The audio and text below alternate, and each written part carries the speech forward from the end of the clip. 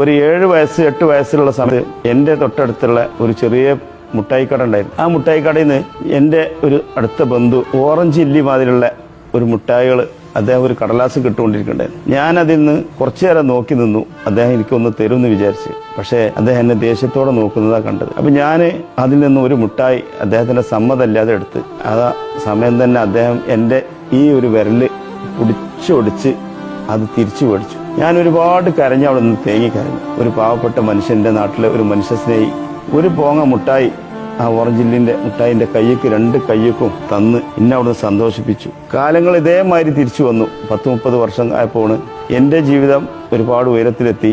ആ മിഠായി മേടിച്ച ആള് ഒരുപാട് താഴ്ചയിലും വളരെ വിഷമത്തോടെ ജീവിതമായി. അദ്ദേഹത്തിന് ജോലി ചോദിച്ചതിൻ്റെ അടുത്ത് വന്നു. ഞാൻ അദ്ദേഹത്തിന് മാന്യമായ ജോലി കൊടുത്തു, സാമ്പത്തികമായിട്ട് സഹായിച്ചു.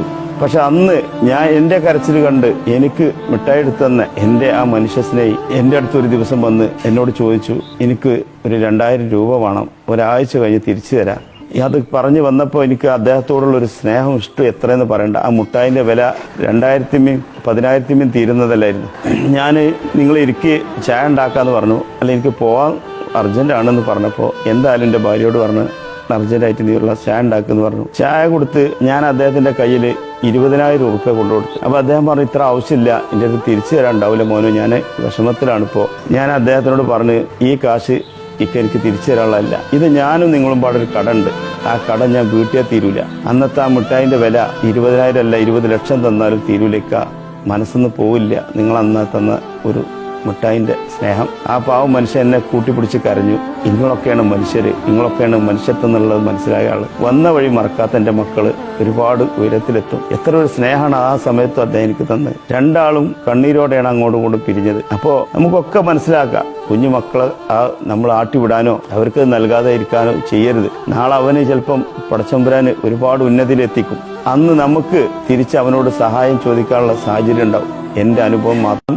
ജാതി മതം പറയാൻ ഞങ്ങൾക്ക് അധികാരമില്ല. വിഷന്ന കാലത്ത് മേനമ്പാപ്പയും ജാനകിയമ്മയൊക്കെ ഇന്ന് ഭക്ഷണം തന്നില്ല. ഉമ്മ സുഖമില്ലാതെ സീരിയസ് ആയി കിടന്നെന്ന് ആരും കൊണ്ടുപോകാൻ ഹോസ്പിറ്റലില്ലാതെ ഇനി കൊണ്ടുപോകേണ്ട, മരണം ഉറപ്പാന്ന് പറഞ്ഞപ്പോൾ അന്ന് മുകുന്ദേട്ടനും സുബ്രേട്ടനാണ് ചാക്കിൽ മുള കൊണ്ട് കെട്ടിയിട്ട് തിരൂര് ഹോസ്പിറ്റലിൽ ഉമ്മാനെ എത്തിച്ചത്. അങ്ങനെയാണ് ഉമ്മ രക്ഷപ്പെടുന്നത്. അപ്പോൾ നമുക്ക് എവിടെ ജാതി? അവർക്കന്ന് ജാതി ഉണ്ടെങ്കിൽ എൻ്റെ ഉമ്മ അന്ന് മരിച്ചിരുന്നു. ഞങ്ങൾ പട്ടിണി കിടന്ന് മരിക്കുമായിരുന്നു. മേനമ്പാപ്പയും ജാനകിയമ്മയും ഇല്ലെങ്കിൽ. പടച്ചമ്പുരാൻ നമ്മളെ ഹൃദയത്തിക്കാൻ നോക്കണം. പള്ളിയിലും അമ്പലത്തിലും മാത്രം ഓടിയോണ്ട് കാര്യമില്ല. ആദ്യം നമ്മളെ മനസ്സ് അത് നന്നാവണം. അത് നന്നെങ്കിൽ മാത്രമേ നമുക്ക് എല്ലാ വഴിയും ഉണ്ടാവുള്ളൂ, പടച്ചമ്പുരാൻ നമ്മളെടുത്തുണ്ടാവുള്ളൂ.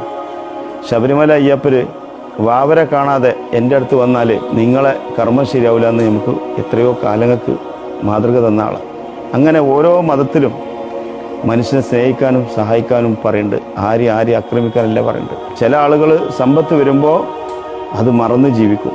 ആ പൂത്തിരി കത്തുമ്പോൾ നല്ല പ്രകാശീകരം, പക്ഷെ ആ പൂത്തിരിക്ക് വലിയ ആയുസ്സുണ്ടാവില്ല.